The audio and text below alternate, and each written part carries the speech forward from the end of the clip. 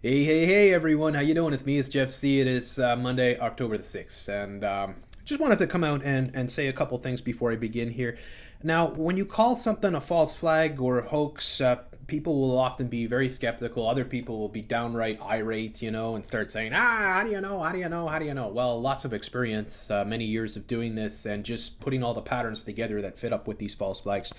I think this is a totally what's happening in the United States with Ebola is totally staged. I think that is as clear as anything that I've seen in a long time. This is all another big giant psyop, right? And most likely to get you to take some sort of vaccination. Now, the alternative media, once again, has failed by and large. They're buying the whole Ebola thing, and they're also buying the angle that the United States is incompetent, Obama's incompetent, the CDC is incompetent, they're fucking up everything. They should have done this, they should have done that, stricter checks, they should stop the flights coming in, blah, blah, blah, blah, blah, right? That's what the alternative media is going on about. Bullshit. This thing is all staged. This is what they're not getting. This is why you got to come to people like Free Radio Revolution, a Red Pill Revolution, and Team Wake 'em Up to get the real deal about what's going on, because we're not going to fall for this bullshit, okay? And it's up to you whether you want to believe it or not. But I'm telling you right now, as I always say, this is the golden rule of false flags. If the corporate media is going on week after week after week after week about it, if they're bringing up all these funny actors, right, that can't seem to remember their lines, that are reading from scripts, if they've got the Sanjay Guptas and the Dr. Richard Bessers and all these characters who are in on the fix, then it's a false flag. It's staged, okay? So I shouldn't have to explain it, but of course there's always new people to my channel who've never been down this road before, and it's a big shock to them. Even Alex Jones is coming out calling it a false flag now. I want you to listen into this insider here. We've had a few insiders dealing with FEMA and Ebola telling us there's no way, and this is what I said. I broke it down in the Dr. Richard Brantley, Nancy Wright Ebola thing. There's no way that those people had Ebola. That is 100% scripted. That is case closed. And if you don't believe me, go and watch my videos that I've done on this. It's absolutely astounding that they tried to pass this shit off, because they broke every protocol. So I want you to listen to this insider here, this FEMA insider, talk about Ebola, and hear on Alex Jones for a sec. Insider from FEMA Region 6. I'm in former Texas. That's in FEMA Region 6. What former state are you in, Insider? I'm in former state Tex. I work for the regional agency in formerly known as San Antonio, Texas. One of my duties is public health emergency preparedness planning. The reason I know the Ebola outbreak is being conducted on purpose is it violates all protocols. Mm-hmm. I used to be involved in the Hurricane Katrina and Rita response of the evacuees. I also was involved in planning for smallpox outbreak in Bexar County. The proper response would be the National Guard would seal off Bexar County.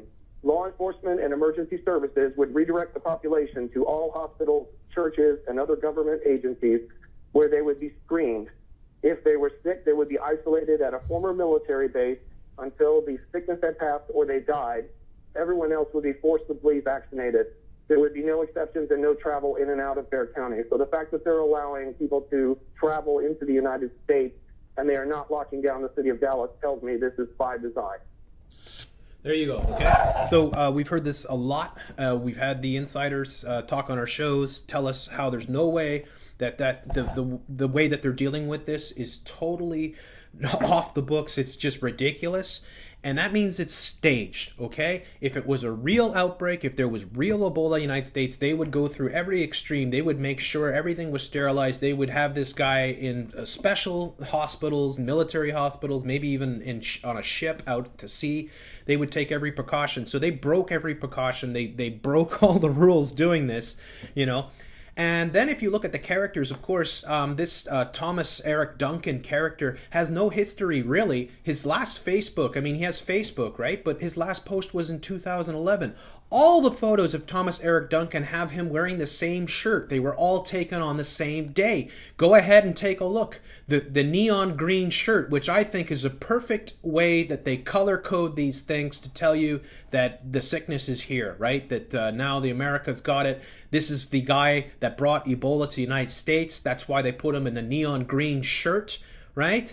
And he hasn't updated his Facebook page since 2011. Guess what? His Facebook page has been taken down over the last couple days. Go and figure, right? Maybe because they're worried that people are looking too far into this. How is it that he's wearing the same shirt and every single photograph that's available on him on the internet? Right? And why is it a neon green shirt? That's because they're programming your mind. They're using that fear-based trauma to control you. Okay? These characters are made-up characters. Now, it's a real person that they use, but they create the character themselves. I'm not saying that Thomas Eric Duncan doesn't outright exist. I'm just saying that this guy is playing an Ebola sick person, and we haven't seen anything to prove that he has Ebola whatsoever. I wouldn't believe it for anything, okay? This is all staged. This is a staged event. This guy's history makes no sense, okay?